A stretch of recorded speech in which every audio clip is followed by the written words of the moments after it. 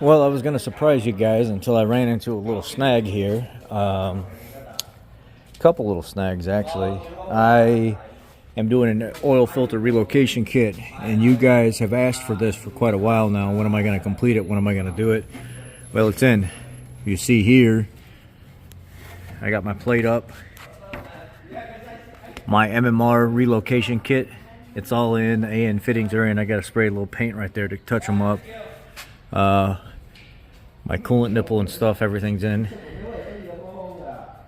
And what I'm thinking about doing is building a brace that goes right here over it, and actually putting my oil filter.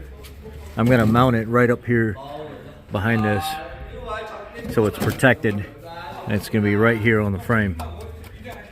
So that protects it. It's got the frame, it's behind the horn, and then I made an access hole right here so I can put a Fram Racing like HP4 or HP8 in there. I went and picked up this temporarily.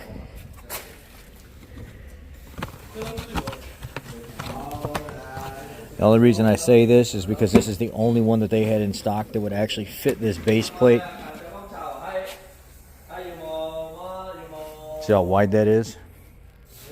And this is the M1302 Mobile One Extended Performance filter. It's not a bad filter. It's a decent filter, but you know, pay way too much for these filters. So that's why I'd rather actually have the HP4 with the bigger bypass in the bottom. It's huge, and pay less price for it. If you look here, here's the base. It's a 13/16 by 16. And that did not come with the kit. Another thing that I didn't see is there's actually a port right there at the end, right on the outlet side. So what I'm going to do is I'm actually going to tap that so I can get a live gauge reading on my A-pillar right here. I'm going to put a pod there so it'll have live readout, and it'll be a live readout pod, and it'll actually have the dress-up bezel and everything to go with it right here, so I get live oil pressure up on my A-pillar. So I started to install. Everything was going well. I hit a snag. I wanted to figure out where I was going to put my oil pressure sensor.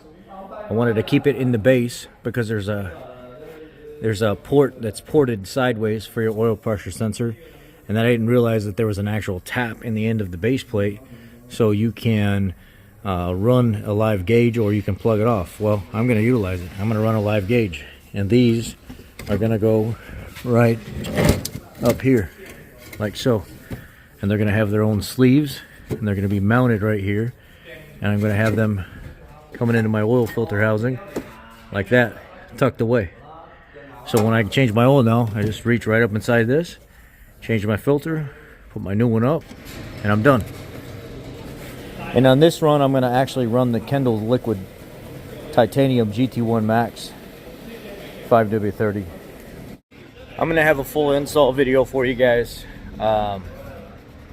Because I was not forewarned on the thread size at 13/16 by 16th. It's not the factory M22 by 1.5.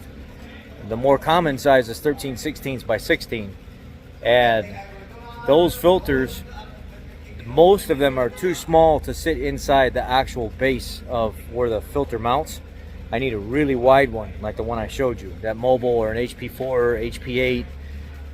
There were only a couple of them that were even close to being that wide. They're really wide filters. But anyway, it is what it is. You get what you get, right? And that's where we're at with it. I'll have a full install video. It'll be another day or two before I can get this thing back on the road running. But it'll be interesting. Just wanted to update you guys. Y'all be blessed. Smile. Say hi to somebody. Be nice. Being mean doesn't pay. Being nice makes you feel 10 times better. Being mean costs too much energy, right? Y'all have a blessed day. Take care. Love y'all.